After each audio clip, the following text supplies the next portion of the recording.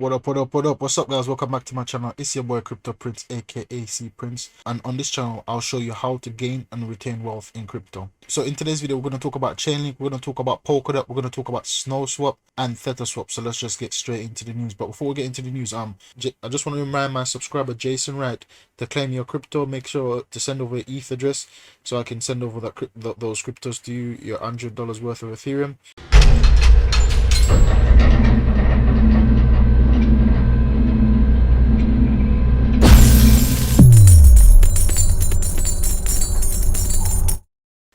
We're going to look at the price of the day, and the price of the day, we see Bitcoin at 38,000, that's up 1%. We see Ethereum at 1,661, and that's up 2%. We see XRP at 44 cents, that's up 14%. We see Polkadot at $20, that's up 1%. Cardano at 51 cents, that's up 19%. We see Chainlink at $26, that's up 9%. We see Litecoin at $153, that's up 3%. We see Binance Coin at $59, that's up 12%. We see Bitcoin Cash at $433, that's up 1.5%. Chainlink joins UNESCO Global Education Coalition. Chainlink has been the center of attention lately, with the protocol in the news following a recent integration and collaboration. It is in the news again after an official announcement revealed that Chainlink has officially joined UNESCO Global Education Coalition. According to the said statement, the aim of this partnership is to increase global awareness and understanding of blockchain, smart contracts, and Oracle technology. As part of this coalition, Chainlink will make educational resources and development programs openly available and easily accessible to people and institutions around the world. Aside from this, Chainlink is also reportedly working on making resources such as developer tutorials, hackathons, and access to substantial financial resources available through its community grant program. As mentioned, the market-leading blockchain Oracle has disclosed multiple integrations over the past week, including ones with DeFi protocol, Bifrost, and SnowSwap. We just want to highlight that this one right here, SnowSwap, right? We're going to get into SnowSwap later on. So yeah, so as we can see right now, Chainlink is basically trying to bring mass adoption. So what I like about these crypto, what they're trying to do now, they're trying to be less of a tribalism, and they're trying to bring in more of a unity, right? We see Polkadot, basically the first one coming in the space, doing interoperability, and from there we see people doing more and more collaboration, more and more partnership. We see projects are coming together more, and this is good because now Chainlink is going for deeper mass migration by setting up grants, by setting up service, financial education. They're trying to teach people about blockchain, about smart contracts, about Oracle technology. I recently saw a tweet by Soldier Boy, right? Yeah, so we see Soldier Boy asking what is a smart contract, right? And we see various people replying, but this is the most funniest one I've seen. It says this is Richard Hart, yeah, he's the creator of the X token, yeah, the HEX token, right? And he said that it's like a stupid contract that went to college. That cracks you up. It's like a stupid contract that went to college. Smart contract, you get it?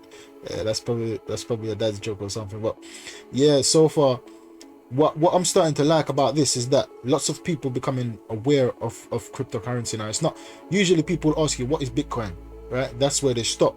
But now people's asking what is a smart contract, what is a fork, what is a hard fork, what is a soft fork, what is a DeFi, what are NFTs.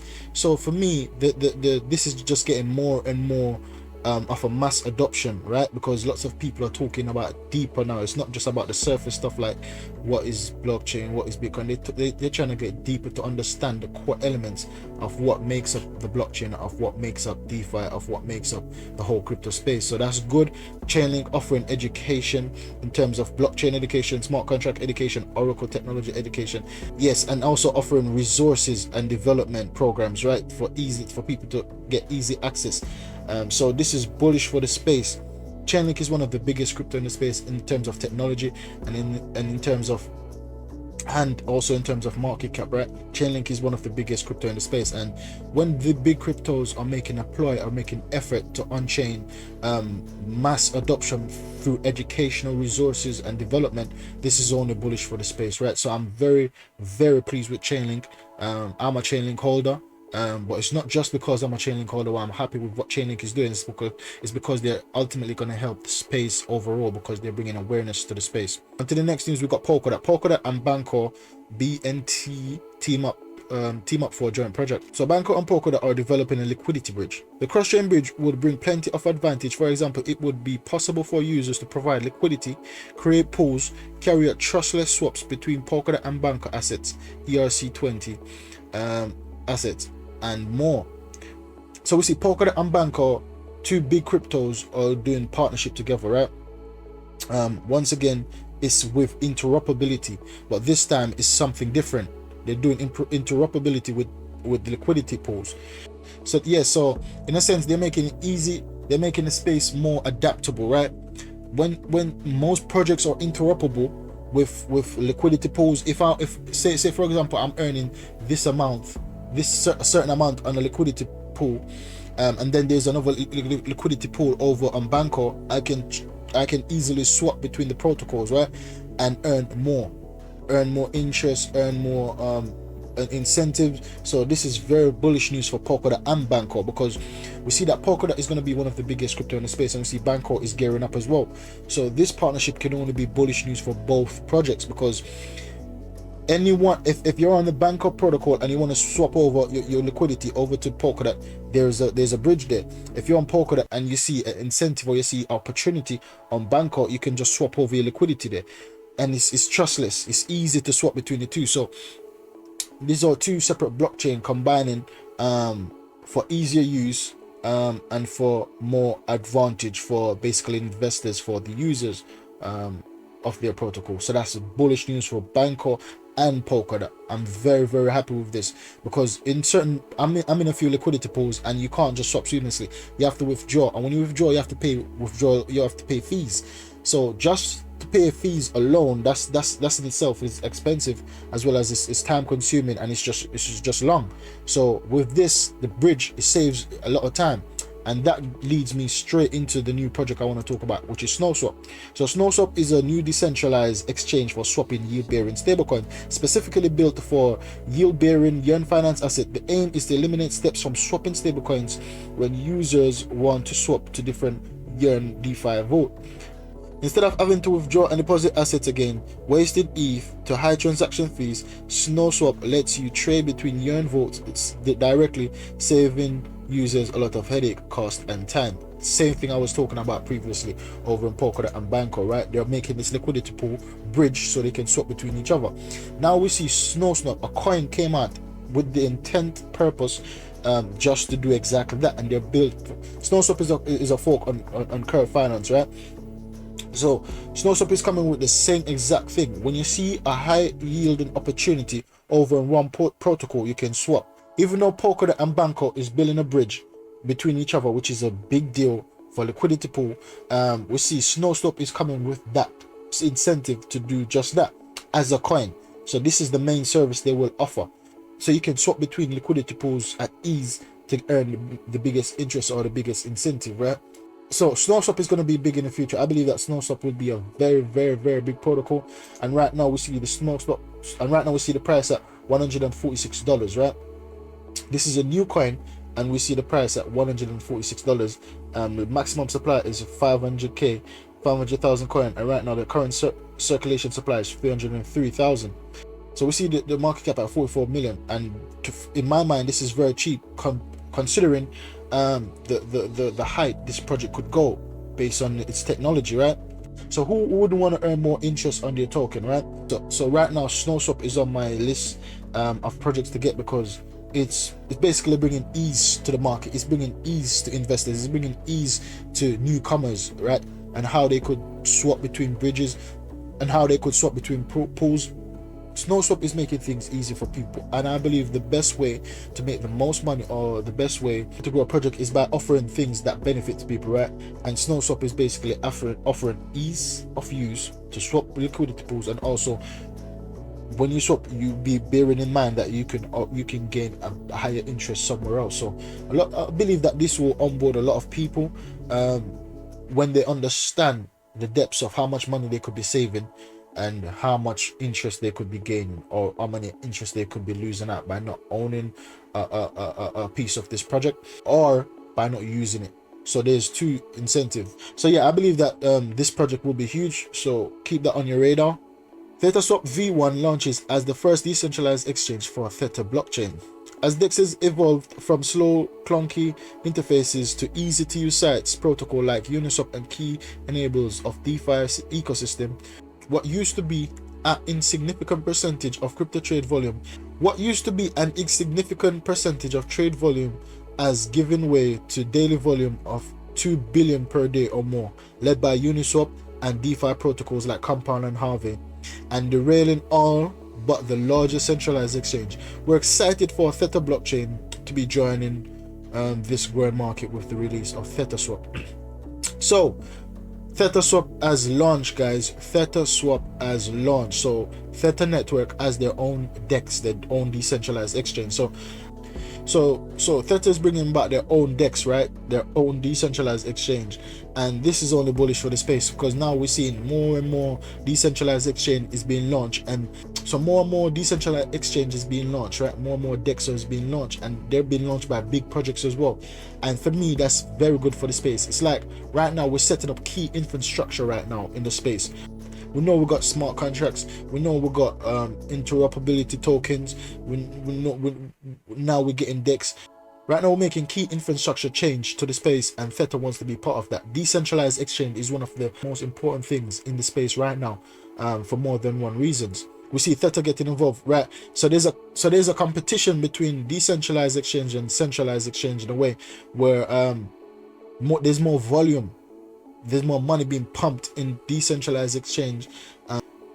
So it's not owned by anyone, right? It would be difficult for the government to seize the protocol. So in a way, DEX is more safer than centralized exchange in a way. And then in another sense, decentralized exchange is better, because then most of them are regulated to offer the service that they offer to you, so you won't be in trouble when it comes down to the government. So it depends on how you want to look at it, but right now we're seeing that decentralized exchange is leading in terms of daily volume at 2 billion per day or more. Crypto firm MetalPay applies for a US federal banking charter. MetalPay is seeking a federal banking license when several other established cryptocurrency companies have applied for the same. Paxos and BitPay were the two most prominent crypto companies that have recently applied for the banking charter.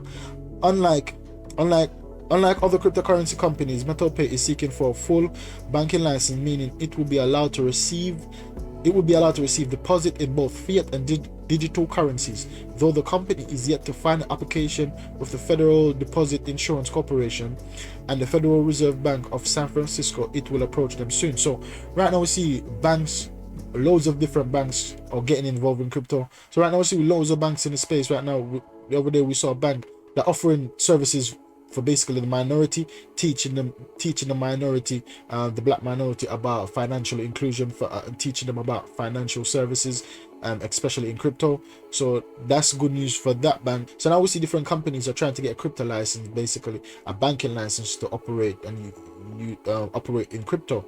So, and lots of these companies are being approved, right? I haven't seen any article of any banking or crypto company that applies for banking charter or banking license has been rejected. So far it's bullish news, because I've known about two. Anchorage being the first one, Anchorage being one of the first one to be approved. So this is only bullish for the space, because I recently spoke about HSBC Bank, how they're trying to block deposit and withdraw from exchanges, right? And to me, they're basically signing their death warrant, right? They're signing their death wish by not being involved with crypto, because people only go to another bank. It's not like every bank is blocking it. It's just a few banks are doing the blocking. So banks like these, new banks are coming up, or new banks are coming up, or other banks that's integrated the blockchain service into their technology. They're the one that's going to be standing when all the smoke is clear, right? Because we know that crypto is the new revolution, in finance, in every field. Crypto is the new revolution, and if you're a bank and not offering banking services in crypto or around crypto, then you're going to be losing out big time. And we see this bank Metal, and we see this company MetalPay is trying to get a license. So that's bullish for the space. More and more awareness, more and more it says that rising demand for crypto banking, meaning a lot of people are seeing the need to have crypto banks in the space right now, to offer banking services for crypto investors. We see Nexo is on a rise. I see Nexo, last time I checked, Nexo was at $1.59, and bear in mind I saw Nexo at 20 odd cents, and now it's at $1.50, I think. So banking crypto are on the rise, right? Crypto banking are on the rise, and one of the biggest in the space are Nexo. And now we see other companies are getting bigger and bigger. So guys, thanks for watching my channel. Make sure, Jason, right, make sure you send over your ETH address. Once again, you've won the giveaway. Make sure you send over your ETH address, so I can send over that crypto to you. So guys, thanks for watching. Make sure you like, subscribe, and share. Make sure you turn on your post notification bell, so if your post isn't on, you may have missed out the opportunity to get some free crypto, right? To get some free Ethereum. So guys, thanks for watching. Catch you in the next video. Goodbye.